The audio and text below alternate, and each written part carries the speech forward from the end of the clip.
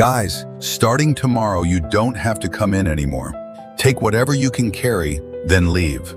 The whole shop fell silent. The mechanics whispered to each other. This happened in a small auto repair shop on the outskirts of Houston. That afternoon, the owner, Mr. Reed, spoke with a trembling voice.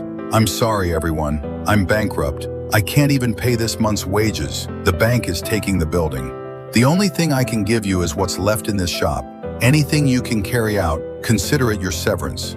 The mechanics froze for a moment, then two of them, Derek and Logan, bolted toward the shelves. "Quick, grab that cordless drill," Derek shouted. "And that diagnostic laptop, it's worth a lot of money." They yanked open toolboxes, tore down boxes, fighting for the most expensive things. Mr. Reed just stood there, watching in silence. In the corner, the youngest employee, Hannah, hadn't moved at all. Derek glanced at her and sneered. "What are you staring at, Hannah? Grab something while you still can. The old man's broke. You don't owe him anything." Hannah shook her head. When the two men finally ran out with their arms full of tools, Hannah walked to the front, picked up a broom, and began sweeping up the oily floor and metal scraps. Mr. Reed frowned, his eyes already wet. "Hannah, didn't you hear what I said?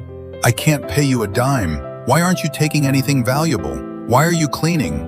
Hannah stopped, looked up at him, hands resting on the broom. "Mr. Reed," she said softly, "when my husband was in the hospital and I couldn't pay the bills, you quietly slipped an envelope into my locker. When nobody wanted to hire a female mechanic, you were the one who gave me this job." She looked around at the oil-stained shop. "This place has been feeding my family. I can't strip it bare on its last day. If this really is the end, I want it to end with dignity. At least clean, lights off, doors locked properly." In that moment, Mr. Reed smiled for the first time that day. He reached into his jacket and pulled out a ring of keys in a thick envelope. "Hannah, this shop isn't closing." Hannah froze. "What?"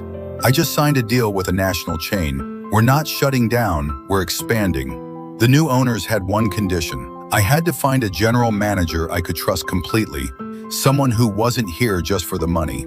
He placed the keys in the envelope into her hands. "Derek and Logan," he said with a faint smile, "walked out with a few $100s worth of old tools. But you chose loyalty when everything looked hopeless. Starting today, you're the new manager of this shop."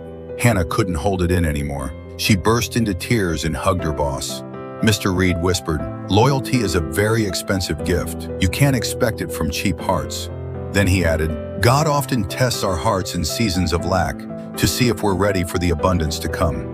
If you believe God rewards loyalty in unexpected ways, like and share this story.